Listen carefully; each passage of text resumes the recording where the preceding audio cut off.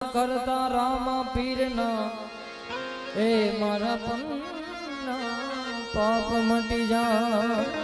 જ્યારે રામદેવજી મહારાજના ખોડામાં બેઠા છે ત્યારે એ ખમ્મા ખમ્મા રે તમને જાજી ખમ્મા મારા રામા પીરને જાજી ખમ્મા।